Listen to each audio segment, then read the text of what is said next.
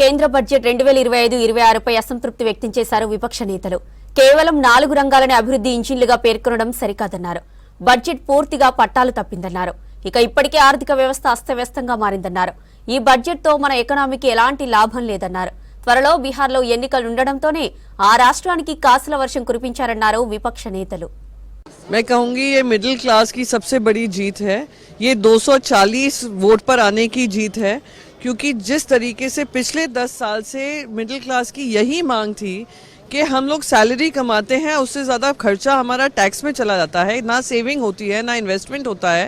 आज फाइनली उनकी सुनवाई हुई है, तो मैं उसका स्वागत करती हूँ। पहली बात ये, बिहार सोच रहा होगा कि काश हर साल चुनाव हो बिहार में, जैसे हमारी जो केंद्र सरकार है उनके बारे में कोई योजनाएं बता सकें। We look at the details and that may be a good thing. So if you have a salary, you may be paying less tax. But the important question is, what happens if you don't have a salary? Where is the income going to come from for you to benefit from income tax relief? You actually need jobs. Unemployment was not mentioned by the finance minister in her speech. And the generation of jobs becomes vital, because in our country, not only do we have record unemployment, but youth unemployment is particularly grim at the moment. We have the world record in youth unemployment and in college educated unemployed. So what is the method to generate jobs for these people? Then they can get salaries and they can cheer the tax cut. But those who don't have salaries are not going to cheer the tax cut. The other concern that many of us clearly have about the budget is that the overall problems that are facing the economy were not addressed. Where is investment coming from? We've seen a decline in foreign direct investment, and we've seen no investment, no willingness on the part of the domestic investors to come in. 23,000 Indian millionaires have left this country and gone to foreign countries.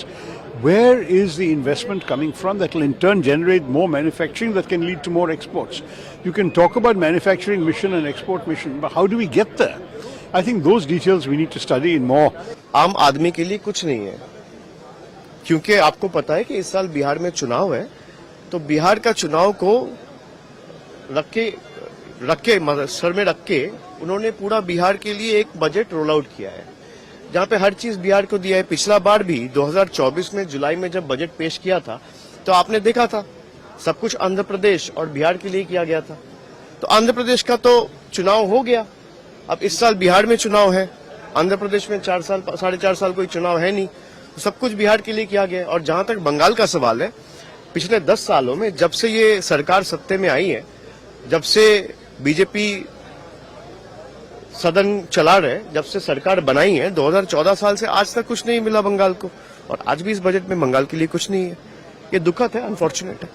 जहां तक budget पे आए, ये वही पुराना budget है जो पिछले 10 सालों से हम सुनते आ रहे हैं, जहां पर शब्दों के अलावा न गरीब को कुछ मिलता है, न किसान को कुछ मिलता है, न मध्यम वर्ग को कुछ मिलता है। विभिन्न टैक्स के जो प्रपोजल्स आते हैं, नतीजे आते हैं, वो सिर्फ बड़े बड़े कंपनियों के मालिकों को फायदा दिलाता है। और आज भी यही है, बार बार सिर्फ किसानों और मध्यम वर्ग सिर्फ शब्दों के लिए ही है। टैक्स में बार बार रिस्ट्रक्चरिंग पहले भी हुआ, लेकिन मध्यम वर्ग को कोई राहत नहीं मिली। जीएसटी, जिस प्रकार से जीएसटी, कभी इस पे जीएसटी, कभी उस पे जीएसटी, तो आज भी मुझे लगता है कि पिछले 10 सालों में जितने भी बजट है, सबसे कमजोर बजट इस साल का बजट रहा है। एकदम नॉन इवेंट है, this budget is a non event. Sir, लेकिन 12 लाख तक जो छूट दी है कमाई, इसको बड़ी राहत। देखिए, कोई इसमें कोई साफ उन्होंने कोई डिटेल्स नहीं दिए हैं। सारे उन्होंने कहा बाद में विवरण है। सरकार का ये एक पुराना खेल है कि वो दिखाते एक है, और जब आप बारीकी में जाते हैं तो देखते हैं कि इसमें कोई फायदा नहीं हुआ है। तो ये एक वही परंपरा है, एक ढोंग है, एक जुमला है। जब आप बारीकी में जाएंगे, जो हमारी